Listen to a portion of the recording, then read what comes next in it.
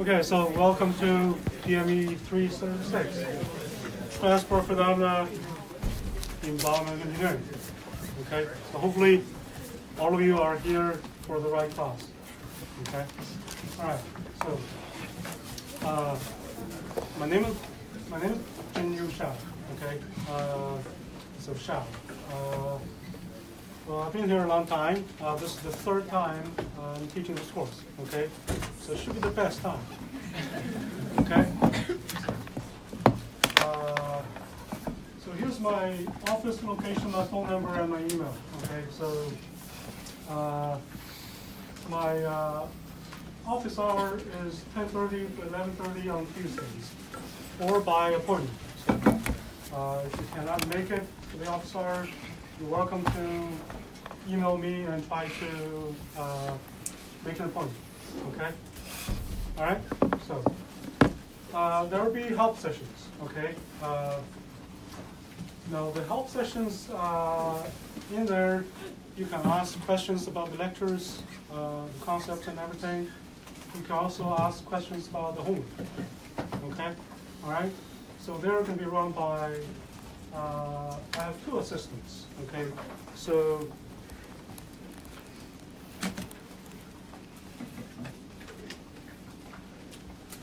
All right, so Xiaodan Wang and Jose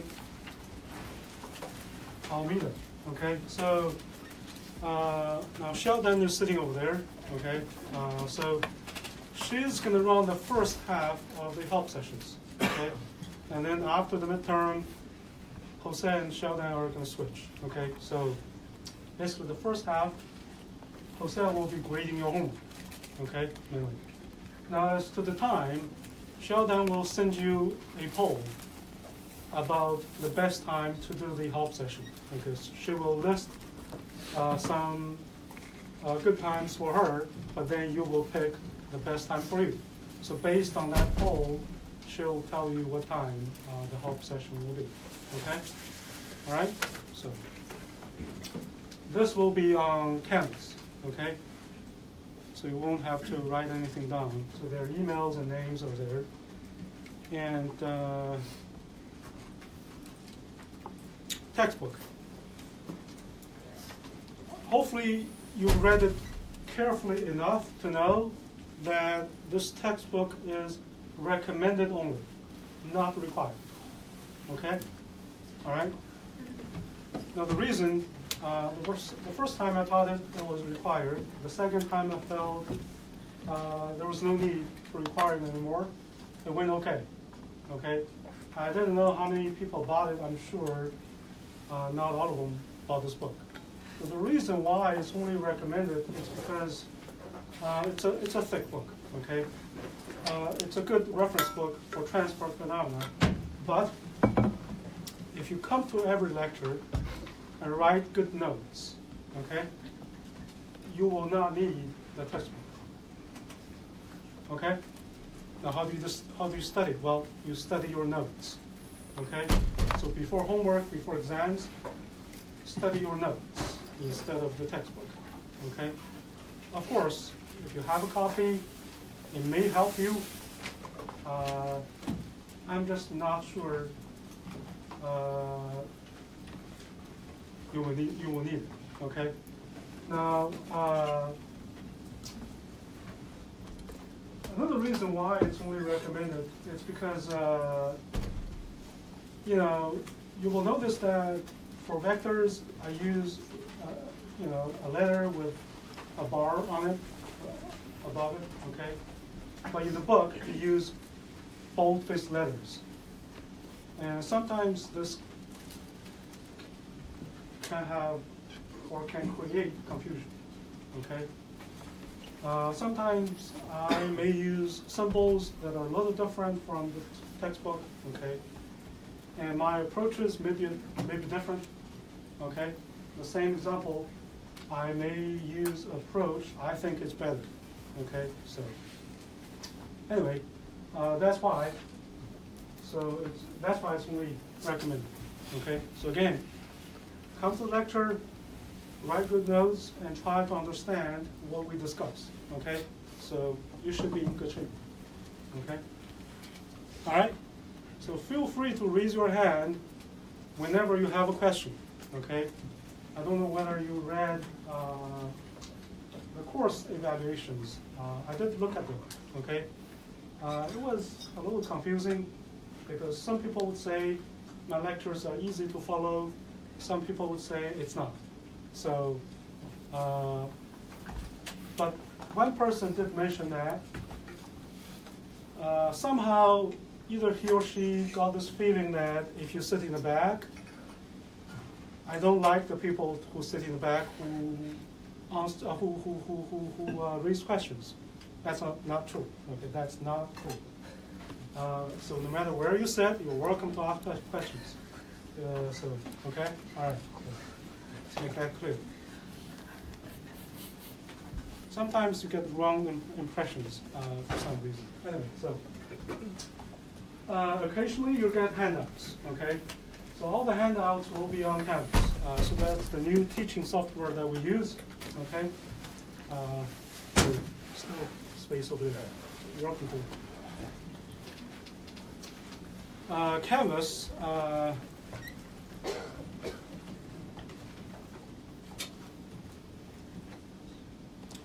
So I took a screenshot of what I saw this morning. So you may see it a little bit differently. Anyway, so this is where I will post a lot of stuff.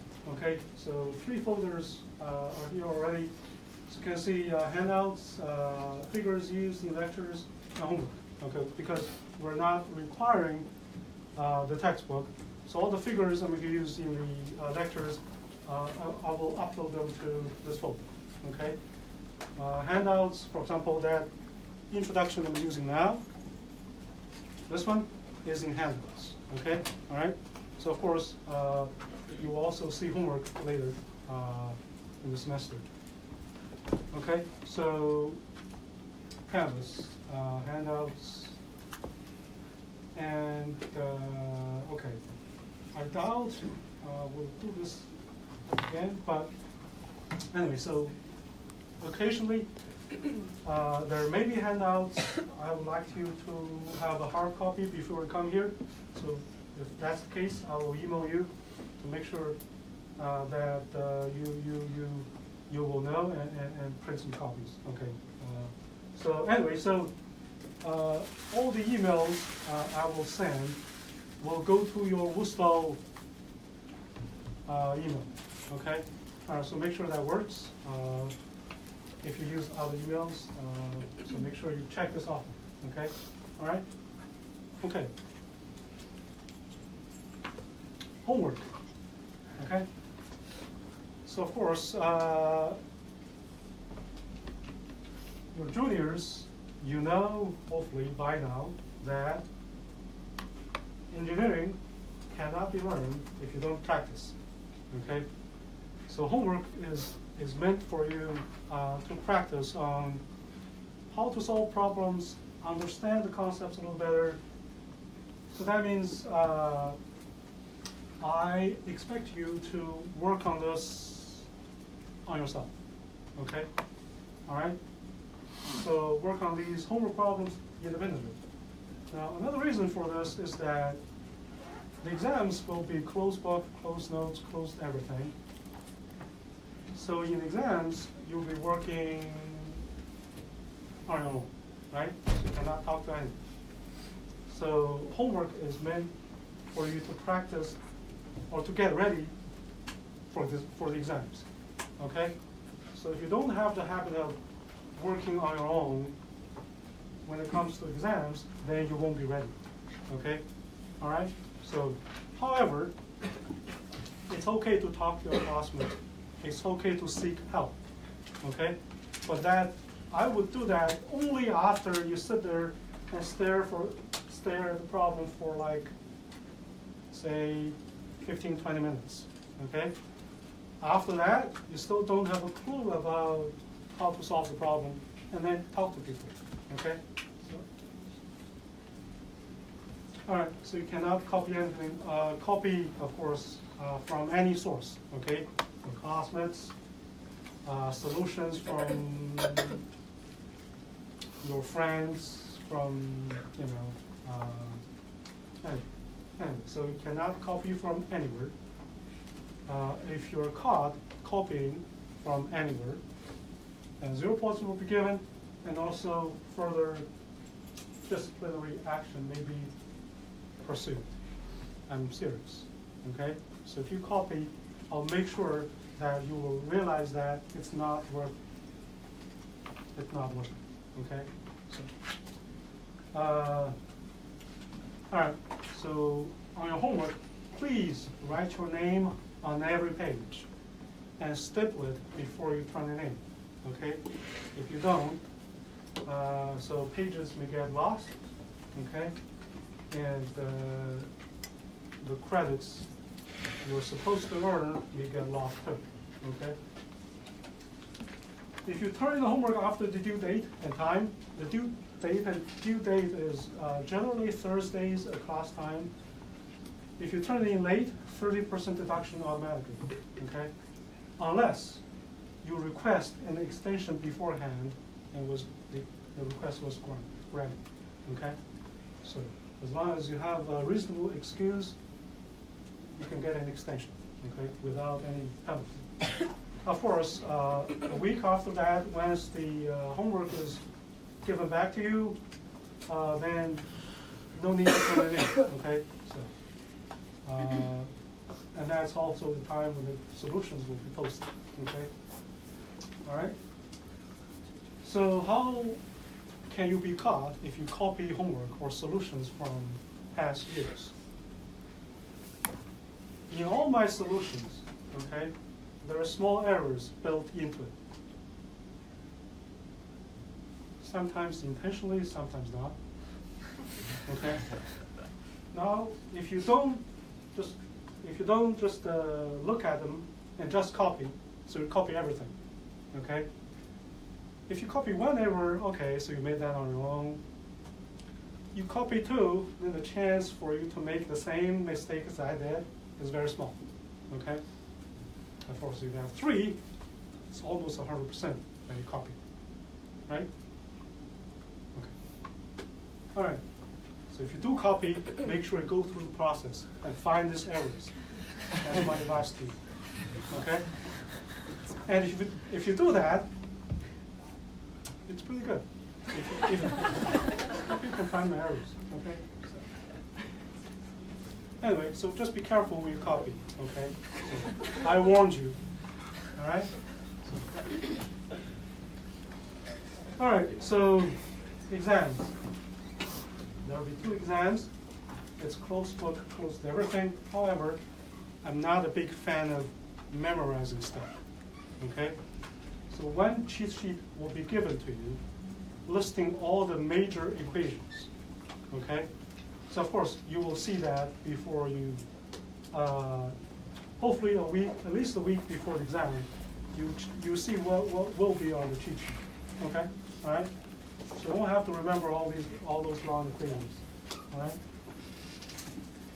So each exam will cover approximately half of the materials, and the dates, March 7th and May 6th. So that's the final exam that was that's the time that was assigned to this class, okay? So you all have classes after 1 o'clock, right? Or most of you. Yeah, so that means I cannot give you more time. So you have class, right? So the exam is going to be downstairs in Weaver 100, okay? We need a larger space for the exams.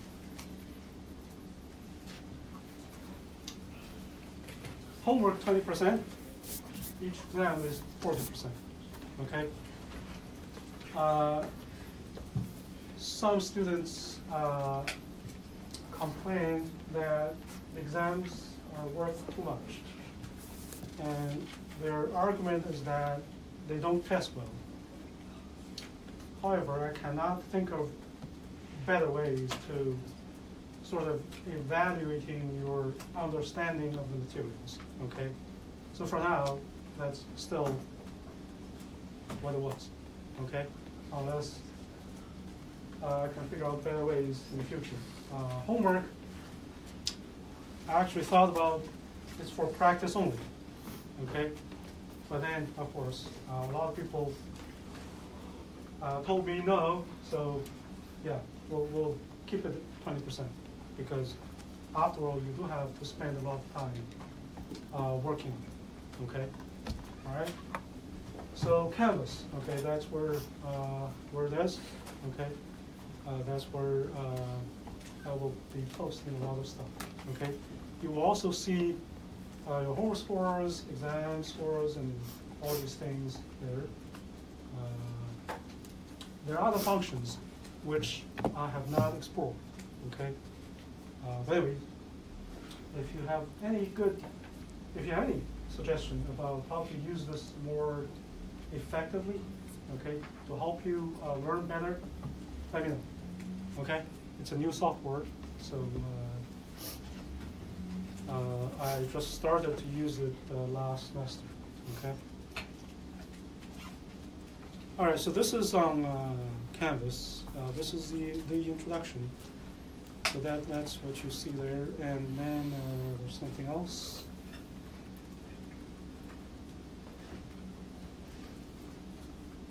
This is the syllabus, okay?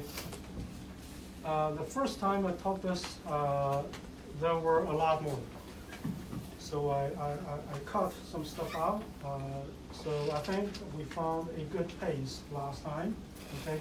So these are the topics we're going to go through, okay? So midterm, just before the spring break, okay? And then the final, okay? All right, so this is Canvas 2. So our pace should be more or less, in agreement with this, okay? All right, questions about anything we've discussed so far, exams and everything, yes? Is the final exam cumulative? Good question. So it's not, okay? So the first exam will cover the first half, and then the second exam will be cover the second half. However, you will find out that in the second half, we'll probably use still a few concepts that we discussed in the first half, but concepts, but there won't be problems from the first half, okay? So.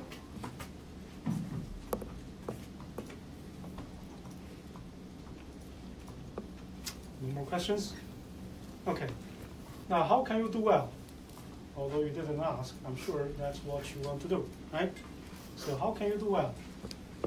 So first, come to the lectures and write good notes, okay? As you will see, oh, it is better. Anyway, so I use screen as my whiteboard, okay?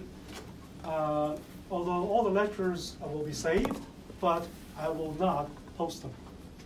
The reason is that, say you miss a lecture, if you just look at my lecture, it probably won't make a lot of sense. Because when you write notes, I'm sure you will write down what I write here, and you will also write down more things to help you remember and understand, right? So that's why, and also writing notes, as I was told, will help you understand things better, okay? Will help you focus. So that's why I won't post the notes. However, if you have a good reason, you want it, let me know, okay? I will give it to you on an individual basis, okay? How can you do well? So that's the first thing, right? Come to lectures and write good notes. And first, listen, okay? Now, study the notes, okay? So you come here, you write everything, you understand everything, but that correct understanding needs to be reinforced, okay? Study the notes, make sure you can understand this when you look at your notes yourself, okay? Now, after that, work on the homework problems, okay? Because all the homework problems will be similar to the examples we discussed, or their concepts we've discussed in detail in classes, in lectures, okay? So study the notes and then work on the homework problems. So that should be it, okay? So that should prepare you well for the exams, okay? So I mentioned that coming to the lectures and listen. And there's another reason why that's important, okay? Now, now you may feel that you can learn everything here on your own. However, on the exams, there will be true or false questions. So these are the statements about certain things that we discuss in the lectures. And most of the time, it's things we discussed in detail, okay, or multiple times, all right? So these true or false questions, I would say it's not easy to get them right if you don't come and listen, okay? All right, so that's how you can do it, okay? All right, so no secrets, okay? All right, other questions? Yeah. On the exam, what other questions besides true and false are you going to get on the exam? Yeah, it's a little too early to talk about the questions on the exam, but generally, what you're going to see on there are first true or false, like a few statements, okay? All you need to do is to tell me whether it's true or false, okay? You don't have to write down any explanations. And then problems. Problems like you will see on the homework assignments, okay? So these are problems that are very similar to the examples you're going to see in the lectures, okay? So there you have to really use the equations, use the methods we've discussed to solve certain problems in transport, okay?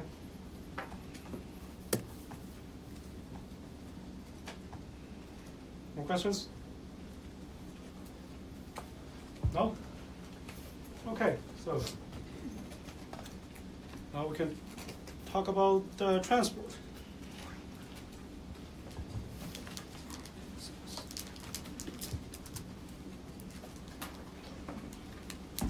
Yeah, so I've reached an age where I'm supposed to use bifocal, but I've heard mixed reviews about bifocal glasses.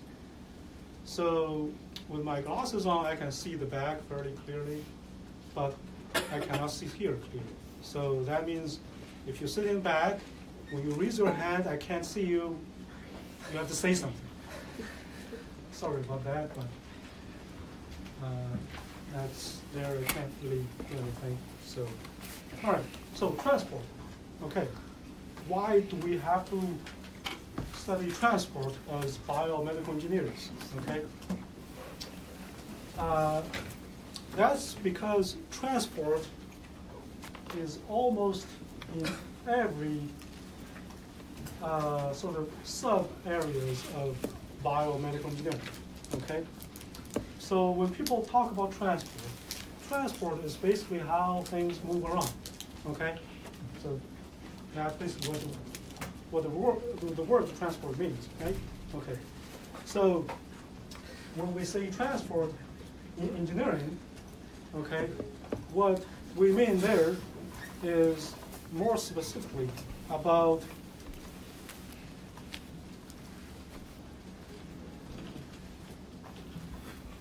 transport of three things. the transport of momentum, mass,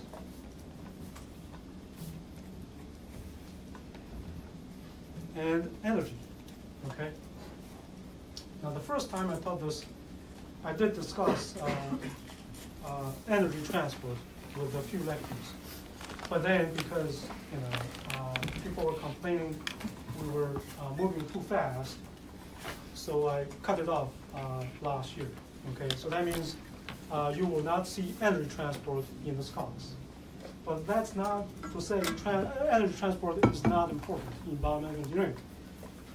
The good thing is that energy transport is very similar to mass transport. Okay, if you learn mass transport well, energy transport can be easily picked up. Okay, that's the good news. Okay.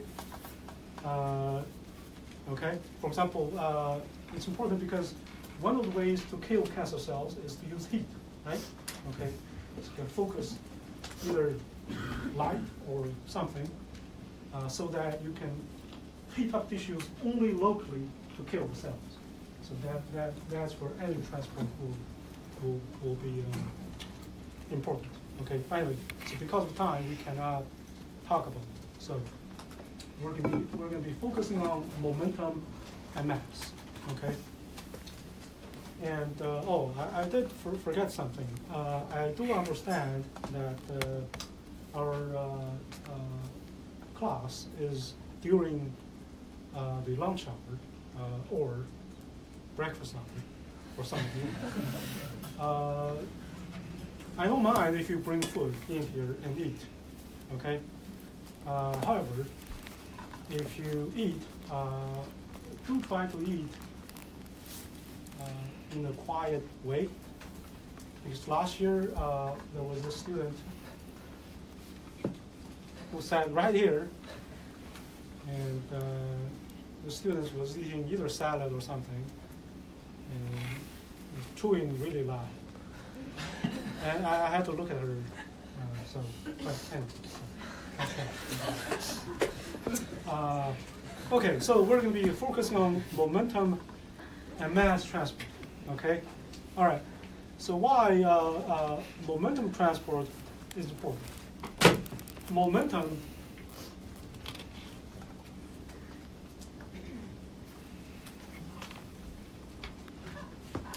What is momentum? You remember from physics, right? So momentum is mass times velocity.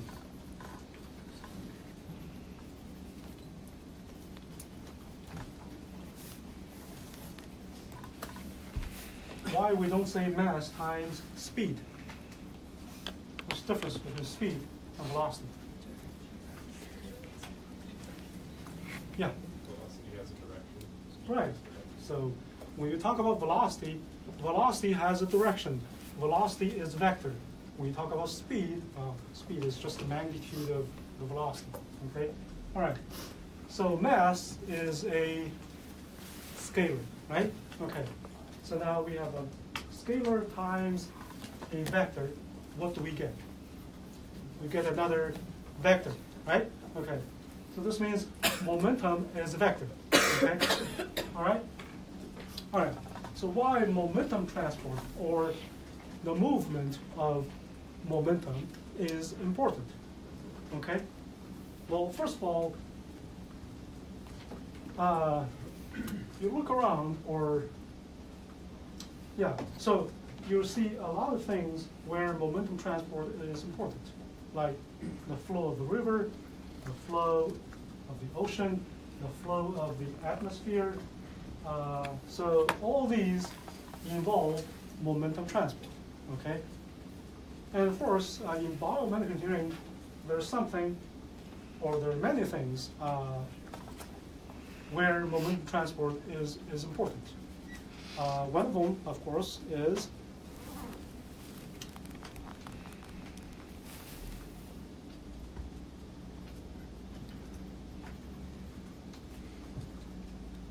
here.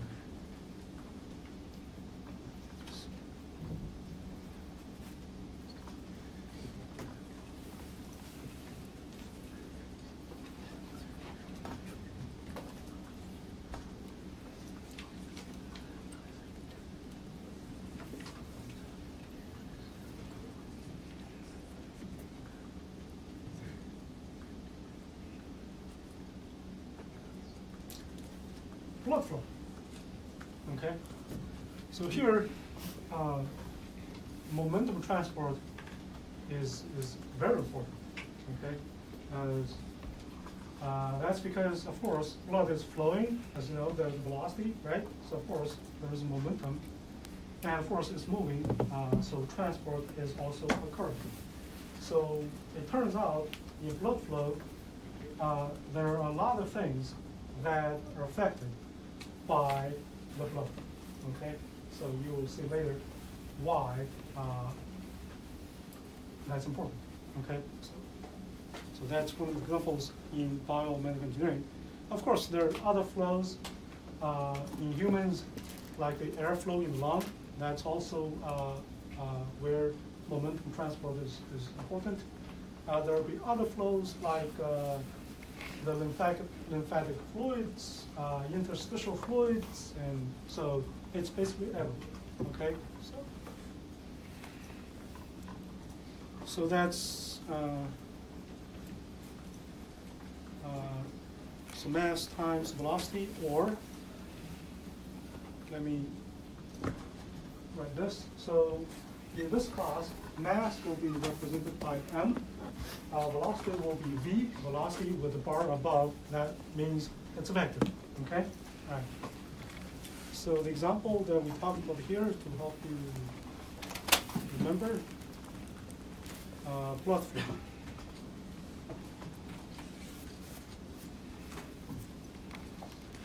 Okay, so that's just one of the reasons why.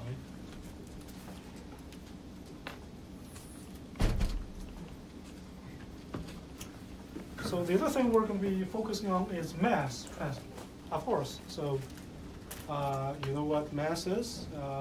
It's basically everywhere. Okay,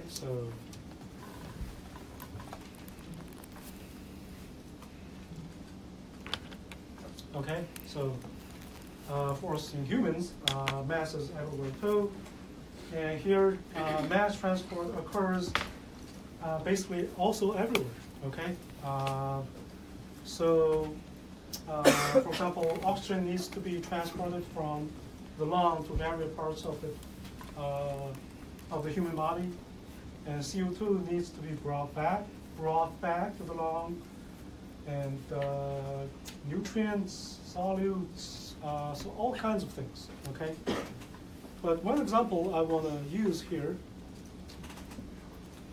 is not something from the inside of the humans. Rather, it's a biomedical device called hemodialyzer.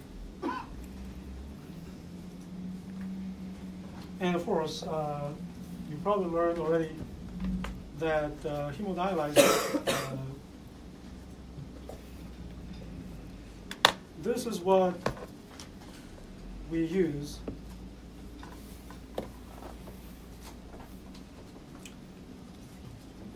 for patients who either has kidney failure or some other problems with the kidney.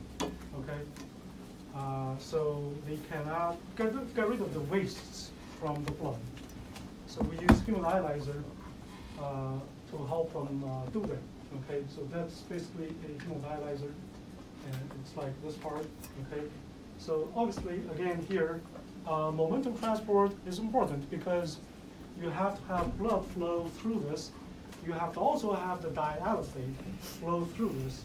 And of course, mass transport is also important because you want the wastes in blood, like urea and other stuff, to get out, to be transported out of blood, okay, into the dialysate. Okay, all right. So this is one example. This is the diagram about how it works inside here. So blood flows, and dialysate goes here and flows the other way. This is just one of the designs. Okay, so there are a few other designs we're going to discuss at the end of the semester. But anyway, so this is one example about why mass transport is important.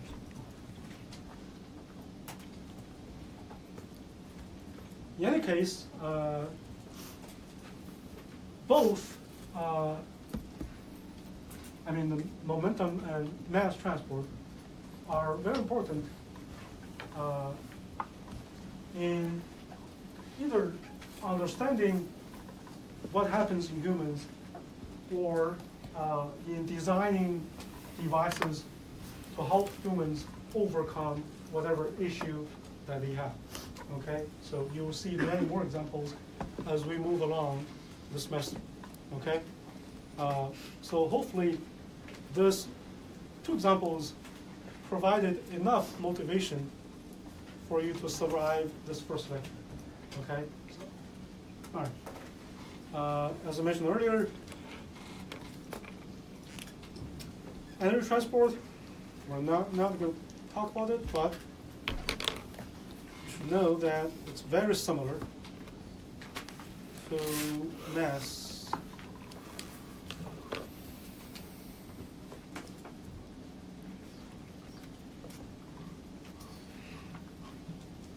transport. Okay?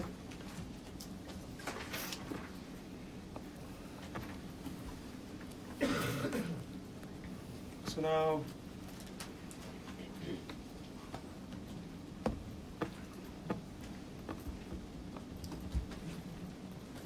we're going to start our discussion about momentum transport. Okay? So we mentioned earlier that momentum is simply mass times velocity. Okay? So the example we're going to use to discuss some concepts or some fundamental concepts that are important in discussing or understanding momentum transport is this example of a flow between two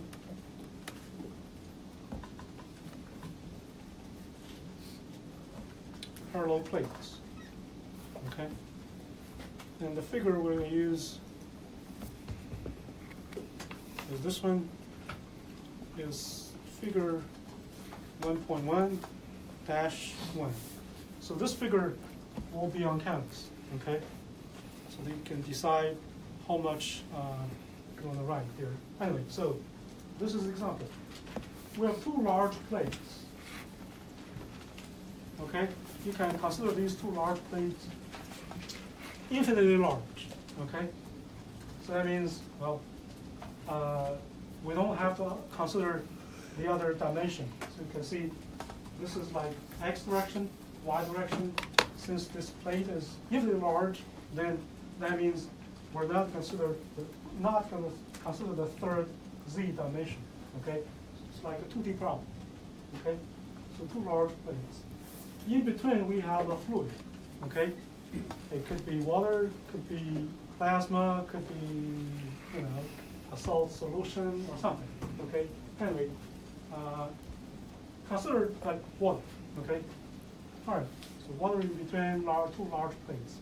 The distance between the two plates, capital Y, when t is less than 0, nothing moves, okay? It's like you have two large plates, put water in between it, that's it, all right?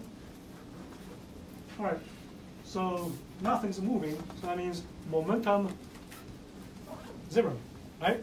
Okay?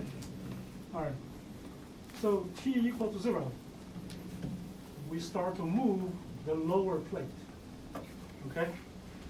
T equals 0, all of a sudden, the lower plate starts to move at this speed, okay? To the right, in the positive x direction. So at that moment, the lower plate will have what? Momentum, right? Okay? So at that moment, does the fluid have any momentum? Obviously not, right? Because they don't have time to react to the movement of the lower plate yet. Okay? All right? I know how some of you might be thinking. At that moment, the lower plate is moving, the water must be moving too. In a way, it's true. Okay, you will see why later. But most of the fluid that's between will not be moving, right? Okay, so maybe only the layer that's in contact with the lower plate may be moving. Okay, but that's it. All right. So other places they don't have time to have any speed yet. Okay, all right. So everyone agrees, right? Okay, all right. Now after that, what's going to happen? So T larger than 0 now, so but still small. Not long after the lower plate started moving. Okay, a short time after that. What do you expect? You will expect that, well, the fluid that's closer to the lower plate will start moving, right? Okay, all right. So of course, if you wait long enough, this is what's going to happen, okay? If you wait long enough, and then this is how the velocity of the fluid looks like between the two plates, okay? So largest here, the top plate is not moving, so the velocity will go largest to smallest, 0, linearly. Now why does it look like this? You will learn how to show that it's going to like this later. Okay, for now, you just need to know, well, if you wait long enough, the velocity, it's going to be like this. Okay? All right. So that's what happens. All right.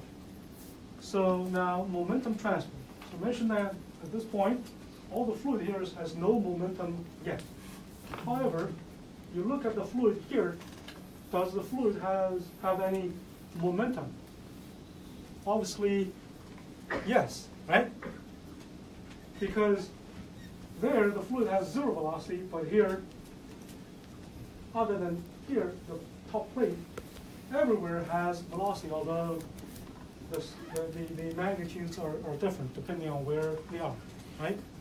Okay, so you look at from top to bottom, the fluid went from the state with no momentum to the state with momentum.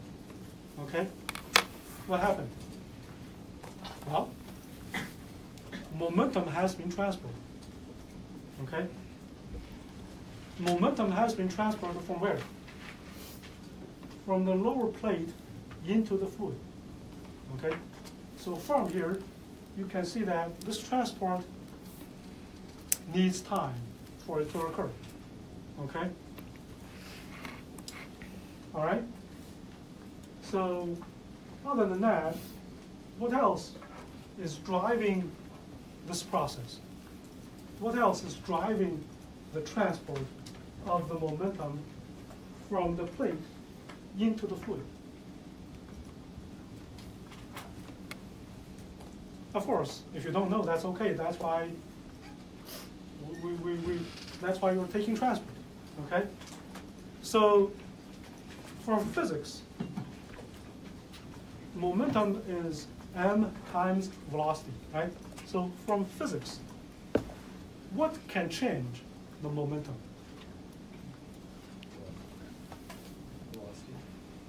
Velocity, of course. Velocity is part of the momentum, right? So what other physical Force. There you go. Newton's second law, right? Newton's second law is force equal to ma, right?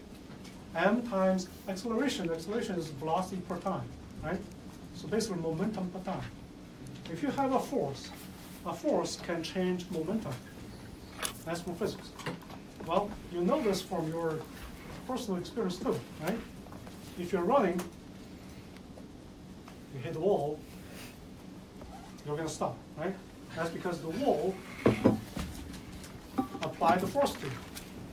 So it changed your momentum from whatever it was to 0. Okay? So force can change momentum. So force is also one of the reasons why the transport of momentum occurs. Okay, so we'll discuss more about this later. Okay, all right. So that's one of the reasons why momentum transport can occur. Okay, all right. So what else can we learn from here? Okay. Well, these are large plates, right? So at this point, it's like this process has reached steady state. Okay? Again, if you have questions, raise your hand, right? So reach the steady state. Now, we talked about force, okay? Can you imagine the fluid that's flowing here will apply a force to the top plate? Or in other words, do you think the moving fluid here will apply a force to the top plate? Of course, right? So imagine that the flow of water in a river, okay? So, or waves, right? You know, when fluid flows over, it's going to apply force to whatever surface they touch, okay?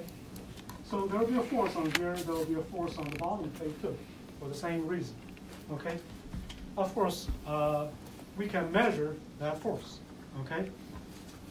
And of course, both the top plate and the bottom plate, they have an area too. So you measure the force, and you measure the area.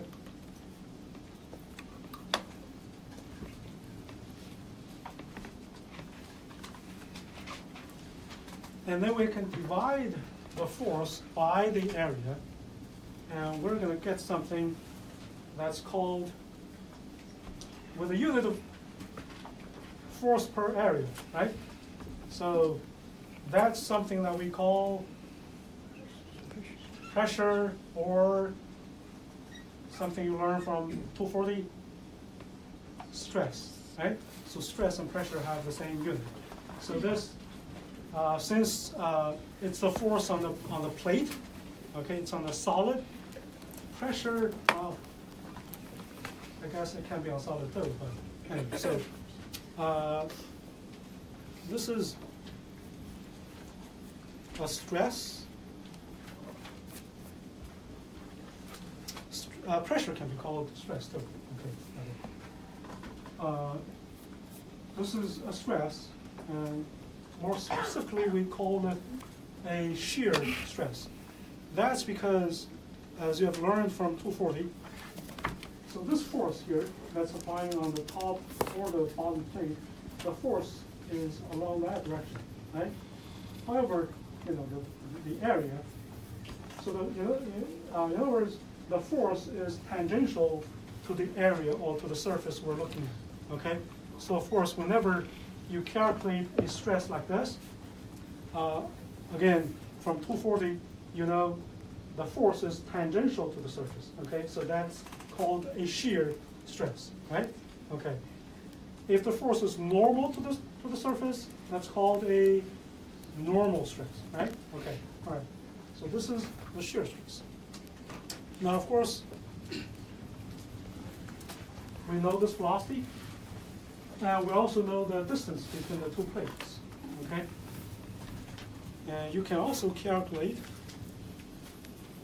velocity divided by the capital Y, that's the distance between the two plates, okay? This is what? This is like the average velocity gradient, okay, right? So look at how much the velocity changed over a certain distance. So we divide that change by the distance, it's like calculating what? Gradient, right? So how much it has changed, okay?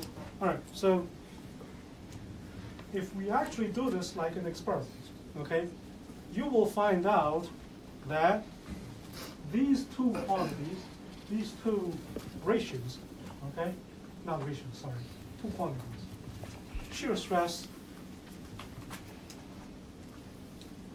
and then we have a proportional relationship depending on what kind of fluid that's in between. Okay, so you use water, you do this. Okay, you change like the velocity. Okay, and the force will be different. As long as you don't change the fluid, you'll find out that these two, they have a direct proportional linear relationship. Okay? All right? So obviously, Newton has something to do with this relationship. So later, you will see that this is a version of Newton's law. Okay? Since it has a linear proportional relationship, of course, we can use mu to represent the coefficient of proportionality and write this equation like this. Okay? All right. Okay. So now you can consider this like from experiments. Okay? So shear stress, as I mentioned earlier, you will know that this shear stress is just one of the components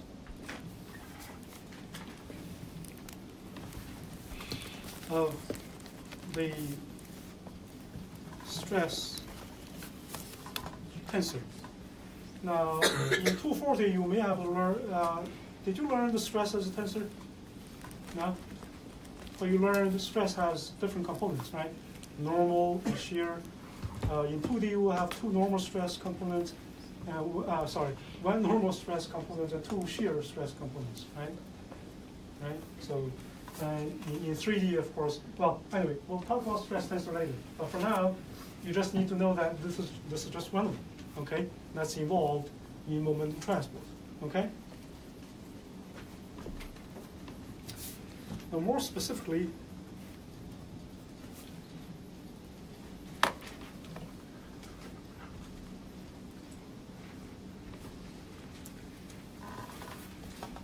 this shear stress component, or this shear stress, is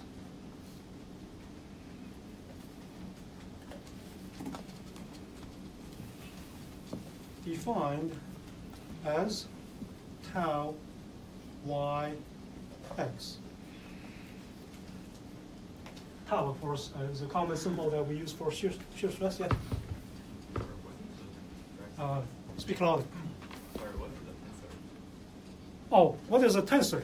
Good question. So, we talked about scalars and vectors, right?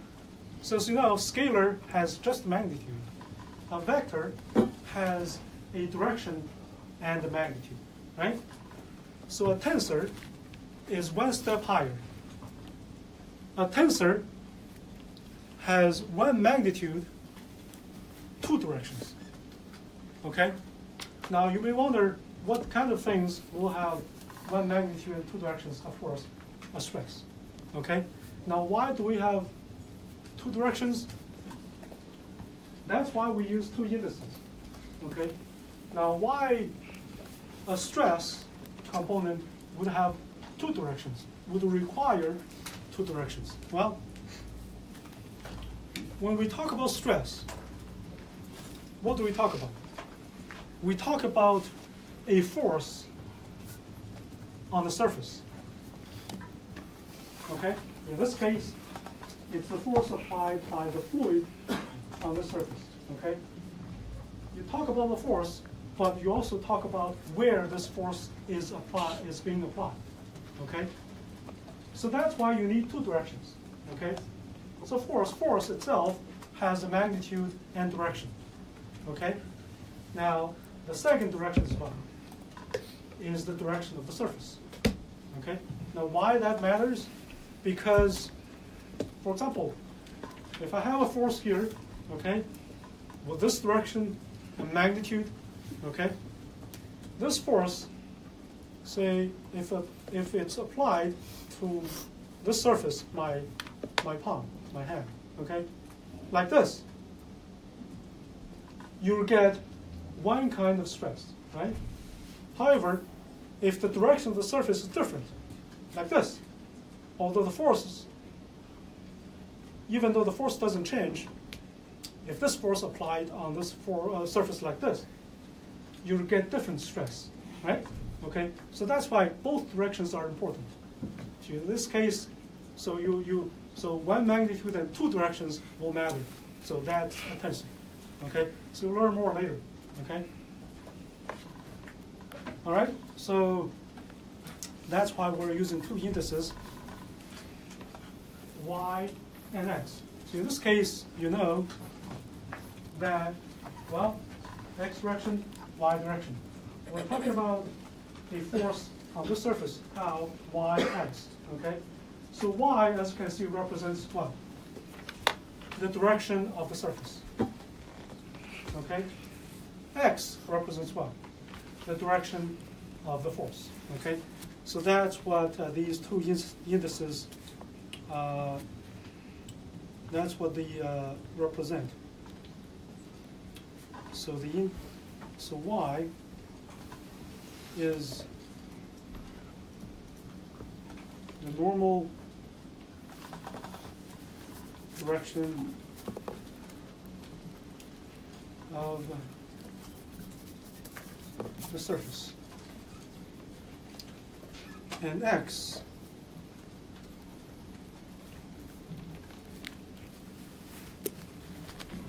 represent the direction of the force. Okay. All right. So with that, we can write this F over A as tau yx, which is equal to, let me just go ahead and put this negative here. I'll explain why we need to have a negative. And as I mentioned earlier, v divided by y is like the gradient of the velocity, right? So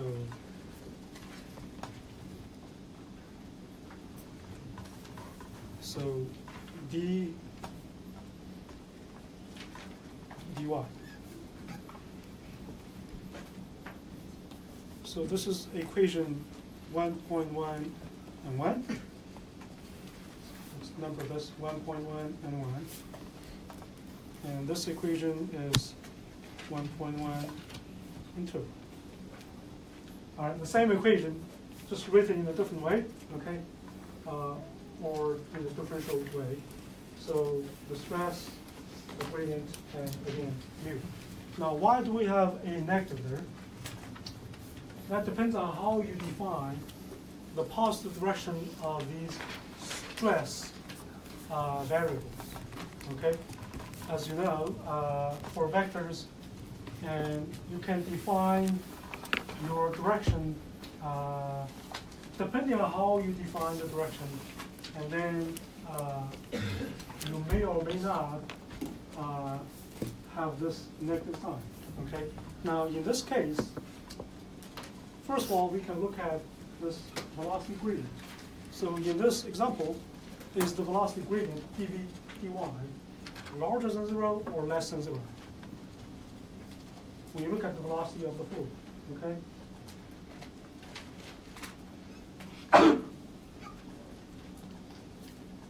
Sorry, dvx. This velocity is in the x direction, okay? Negative? Negative, right? That's because, see, when y decreases, the velocity decreases. So that gradient, or that derivative, is less than 0, okay?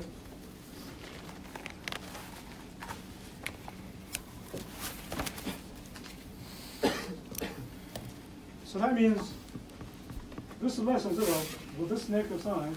Mu, of course, is a constant. It's always a positive number. This is what? Larger than 0, right? Okay? So in this case, this is less than 0. So we know that this is larger than 0.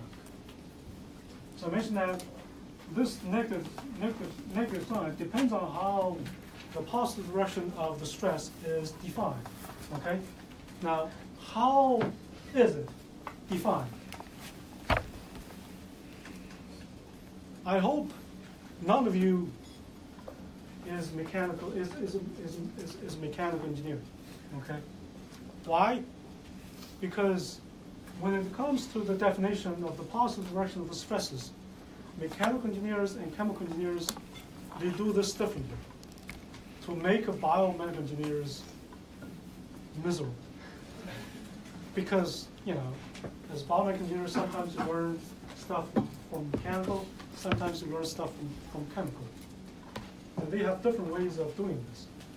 The way we do this in this class is what they do in chemical engineering, or what chemical engineers do, okay? So this is how they define their positive direction of the stress, okay?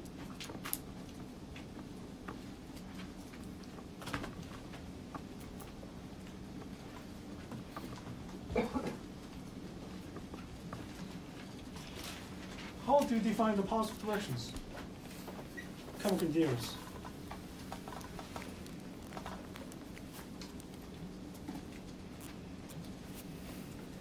If your calculated stress, tau, is larger than 0, like you get a value of 2 Newton per meter squared, okay? So in which direction it points to? Positive x or negative x direction? It depends on the direction of the surface, of course, okay? So that's what's different from between this, that's what's different. That's what stress is different from vectors and scalars, okay? So it depends on the surface, since the stress is acting on the surface, right? Okay. So let's talk about this surface first.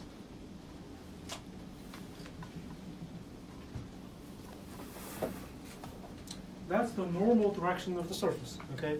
So just to remind you, that's x. This is x direction, that's y direction, okay? So we're still talking about this example here, x and y direction, okay? All right? When you talk about the normal direction of a surface, it's always the outer normal direction, okay? All right, so that's the normal direction of this surface, okay? Outer normal direction. So the direction of the surface is pointing in the positive y direction, okay? All right? So this is how chemical engineers do this.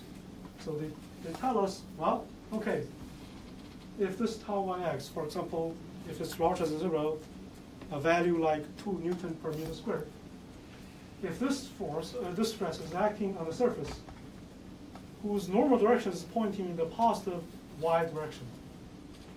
This is how they define where it points to.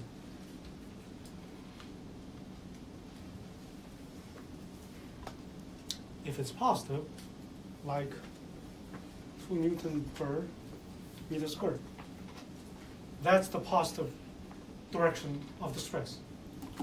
If it's positive, it points to negative x direction. Okay? All right? They have their reason why they want to do this, which I will explain, if not later, on Thursday. Okay? They're not doing this just to make your lives miserable, or make mechanical engineers sort of angry. They have their reasons why they define the positive direction this way. Okay? All right.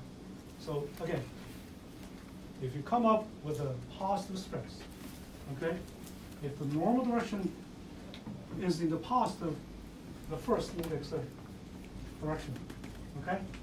All right? If it's positive, that means that's the actual force, okay? Now, if you get negative 2 Newton per meter squared, that means what? It points to that, right? Okay? So, directions matter. Now, what about a surface like this? If you look at the top plate, the normal direction of the surface, again, outer normal direction, is pointing to the negative y direction. So in this case, if tau yx is larger than 0, what's the positive direction? Once this is defined, there you will know, yes? What do you mean by outer direction? Outer normal? Yeah, like outer, like why, what, the surface has two sides, right? Right. It could be, by outer do you mean just away? Outer means the plate has a thickness, right? So the like, this is the plate. And this is the surface we're looking at. Outer normal means you go from the inside of whatever you're looking at, the volume, to the outside. Okay? Yeah. So if you look at this surface, then it's down. Okay? Now this surface here is the top plate. So that's the top plate. The outer normal direction, of course, for this surface would be pointing down. Okay? Once this is defined, the positive stress there is also defined. So again, if you get a stress like 2 Newton per meter squared, in which direction do you think it points to? Exactly. In the positive x direction. That's because of, you can look at it like Newton's third law, okay? That's because, yeah, so any surface, if you, well, let me just stop here. Okay. That's basically how it's defined, okay? All right? So the way to remember this is what? Positive, negative. Negative, positive. Okay? That's how you remember it. Now, this rule or definition of the positive stress or positive direction of the stress applies to all the stress components you will see later. Although in transport, tau yx is probably the most important one. Okay? So that means later, if you see stress like tau zx, okay?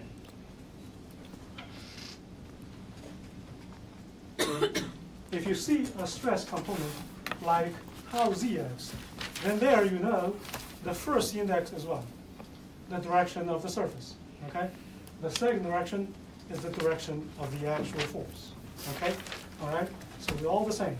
So if you have tau xx, okay, still the same. The first index is the direction of the surface, the second is the direction of the force, okay? All right, so questions. This could be a confusing concept, okay? Yeah. So would both of like the little diagrams you have there, would those be positive or negative? Sorry? Like the directions you have? Uh-huh. Would those be positive or negative? These are the positive directions if the stress is positive. Yeah. If you, as you know, this is sort of common, right? If you write this, if you write down negative 2 Newton, that means what? Opposite, right? So instead, you do this, right? You write that 2 Newton, that means, yeah, that direction, okay? So here, what this means is simply the magnitude is this much, it points to this direction. If you get a negative number, I would rather, if you get a negative number, that means simply the actual force is pointing in that direction with that magnitude, okay? All right? All right, so this is like, just remember this, okay? Positive, negative, negative, positive. Well, you probably have guessed that mechanical engineers, they do this the other way. They do positive, positive, okay, kind of. But chemical engineers, again, have their reasons, which I'll mention later, okay? All right, so first major concept, stress. I mean shear stress.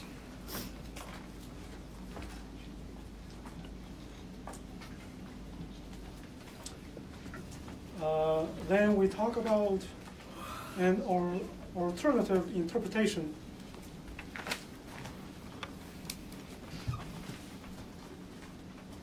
of the shear stress.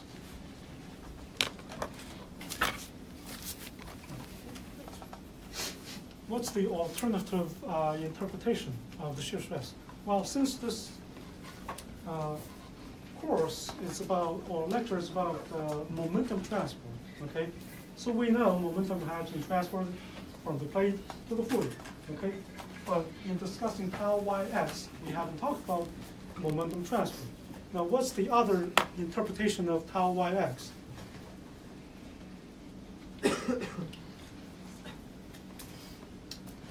Newton's second law, right? Force is equal to ma. Acceleration is what? Velocity per time, right? Okay? So that means this is mass times velocity over time, right? As you know, mass times velocity, that's momentum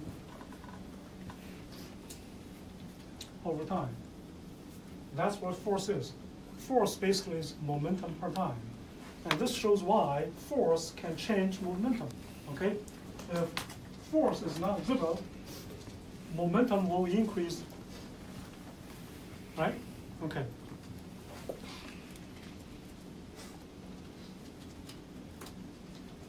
What is tau yx?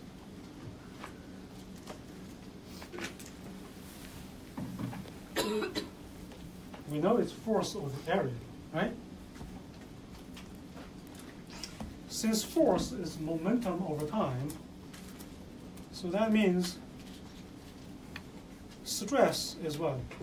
Momentum over time times area. Now this is called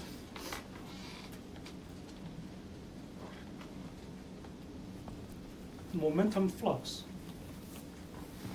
Now, what is flux? Flux refers to something that's being transported across a cross-sectional area.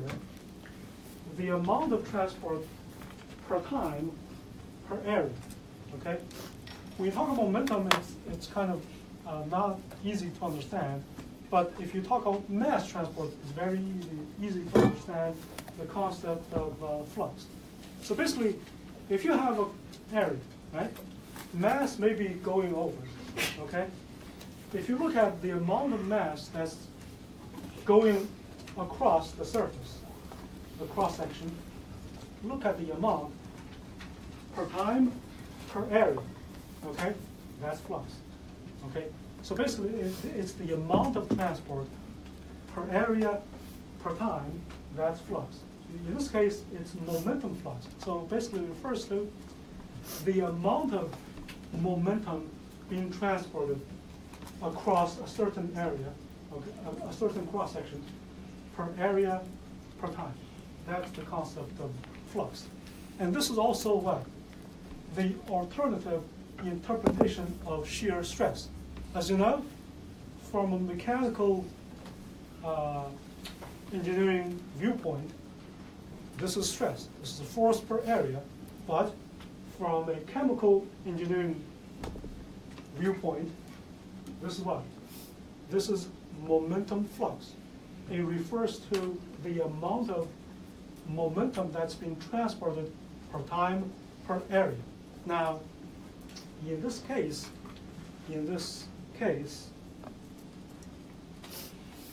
it refers to specifically, and for this example, this tau yx, the alternative interpretation of this shear stress is what? So this is a more specific way of saying this because it has indices. It's the transport of the x component of the momentum. As you know, momentum is a vector. It has different components in different directions.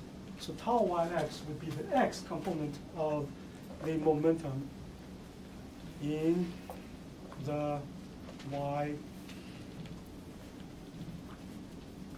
direction. So tau yx refers to the transport of the x component of the momentum in the y direction. Okay? All right? So let's see whether that's the case. In this case, we've calculated already tau yx is larger than 0. Okay?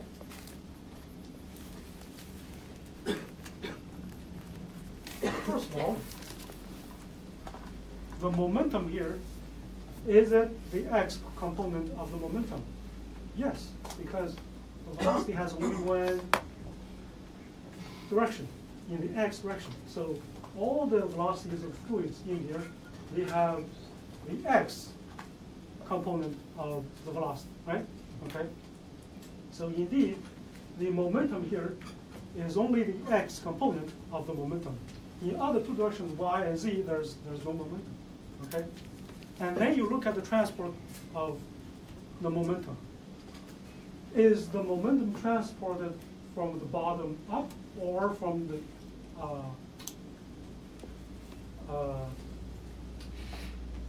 top down? The transport of the momentum in this case, in this example. In which direction the momentum is being transported?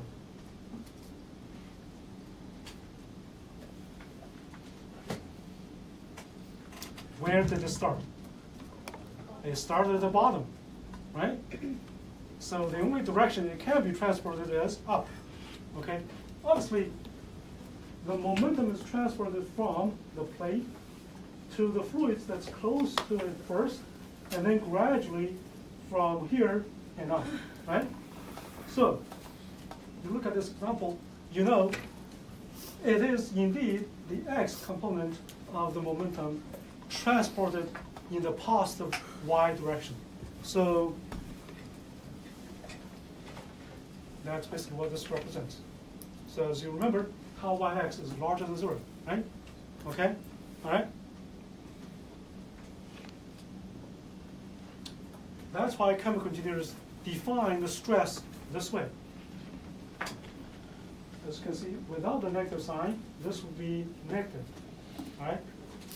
If this is negative, this does not represent the direction of the momentum transport, right? Because the transport in the positive y direction, you get a negative number, right? That's why they define the stress this way, so that they can say this represents, the tau, represents the direction of the momentum transport. Okay? That's the reason behind their definition. Okay? So that's it for today.